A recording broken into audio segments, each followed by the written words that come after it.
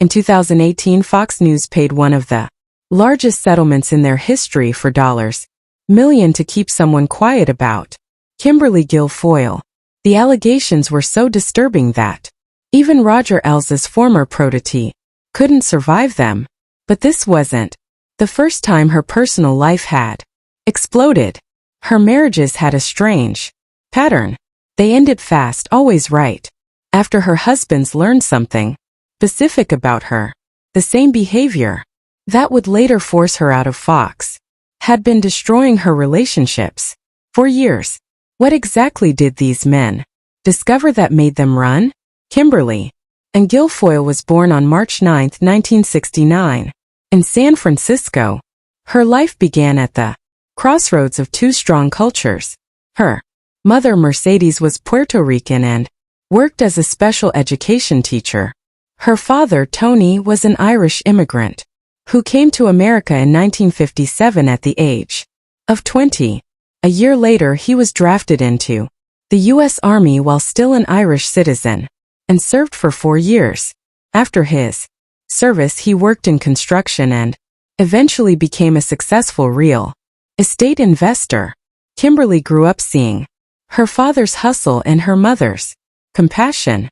She spent summers in Ireland with relatives starting at age 5, helping out at the family store in Ennis. Those early years taught her how to work hard and value every opportunity. Her family started out in San Francisco's Mission District before settling in Westlake Daly City. Everything changed when Kimberly was 10. Her mother died of leukemia and the loss tore the family apart. Her younger brother Anthony was only 8 and their father had to raise them on his own. Kimberly stepped up, taking on tasks no child should have to handle.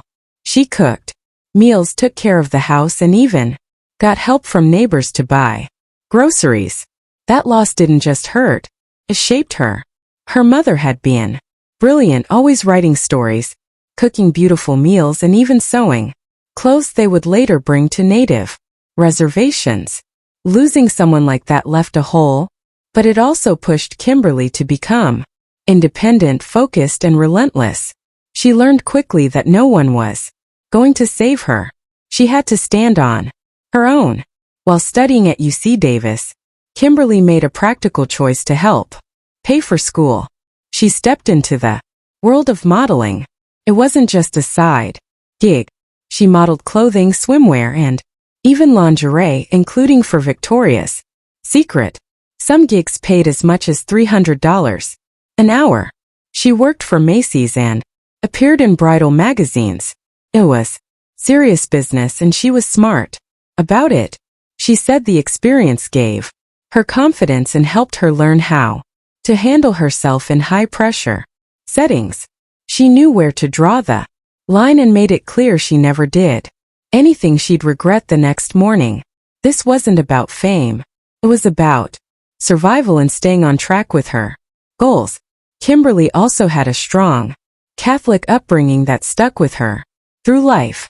She went to Mercy High School, a Catholic all-girls school, where she developed a love for debate and leadership. The school pushed values like hard work, discipline, and faith. Even later, when she married Democratic politician Gavin Newsom, those values didn't fade. Over time, they actually pulled her away from liberal politics. Her faith became her foundation. She later said prayer helped her recover from COVID-19 in 2020. Her devotion to the Virgin Mary and her belief in traditional values made her one of the most outspoken Catholic voices in conservative politics. Her upbringing gave her a clear view of what she believed in, even when it clashed with the people around her. After graduating from UC Davis magna cum laude with a degree in political science, Kimberly went to the University of San Francisco School of Law. She juggled law school and modeling while working internships, including one at the San Francisco District Attorney's Office. She also studied in Ireland at Trinity College Dublin, where she focused on international children's rights and European law. Her education wasn't just about getting a degree. She built experience developed a global view and set herself up for something bigger. She finished law school in 1994 and was already positioning herself for a high-profile legal career. But her rise didn't go smoothly. In 1996, at just 27, she was fired from the San Francisco DA's office by Terrence Hallen, the new district attorney. 13 other prosecutors were let go too, and the firings caused public outrage. The union filed a grievance accusing Hallinan of discrimination. Kimberly had worked for the previous DA, Arlo Smith, and even supported his campaign. Getting fired like that so early in her career was a gut punch.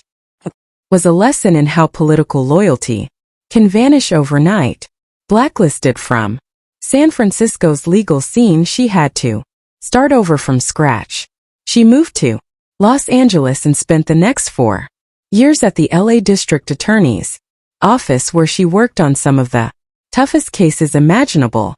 She prosecuted crimes like kidnapping, arson, robbery, sexual assault, and homicide. Her performance stood out.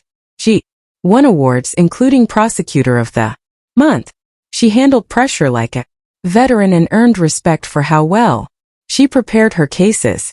LA gave her a much broader stage, and she used it to sharpen her skills. Her time there proved that the firing in San Francisco hadn't broken her. It had only made her tougher. In 2000, something unexpected happened. Hallinan, the same man who had fired her, brought her back to the San Francisco DA's office. This shocked everyone, especially Kamala Harris, who tried to stop the rehiring. Harris allegedly called Kimberly, pretending to speak on behalf of a hiring committee, and told her no jobs were available. But Hallinan learned about the call and rehired Kimberly anyway. The office wasn't happy. Some coworkers were furious, and the situation exposed the inner politics at play. But Kimberly's return wasn't just a win. It was a statement. She had earned her way back through hard work, not favors. That comeback would become a defining part of her story. In 2002, Kimberly took on the case that would change her life. A woman named Diane Whipple was mauled to death by 2 massive dogs in a San Francisco apartment hallway. The case people there, Nolan Canola, got national attention. Kimberly co-prosecuted the case with James Hammer, and together they secured a rare secondary murder conviction against the dog's owner, Marjorie Nuller. It was a groundbreaking verdict. They argued the dogs had been known to be dangerous, and bringing them into a public hallway was reckless enough to count as murder. Kimberly's courtroom performance caught the eye of television executives. Court TV offered her a job, and just like that, she was on a new path. That trial became her launchpad into national media. In 2003, the feud between Kimberly and Kamala Harris became public. During Harris's campaign for DA, Kimberly accused her of creating a hostile work environment during the hiring process. She called Harris's actions underhanded and frosty. Harris denied it, but the conflict spilled into the press.